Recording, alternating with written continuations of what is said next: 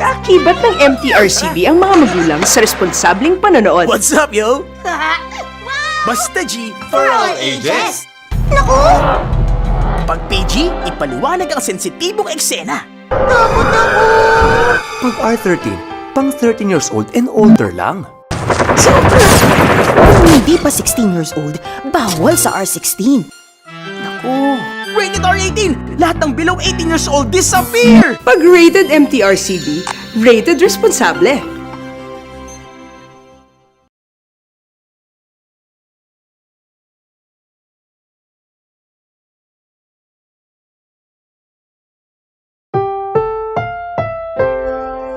Ang pelikulang ito ay rated PG.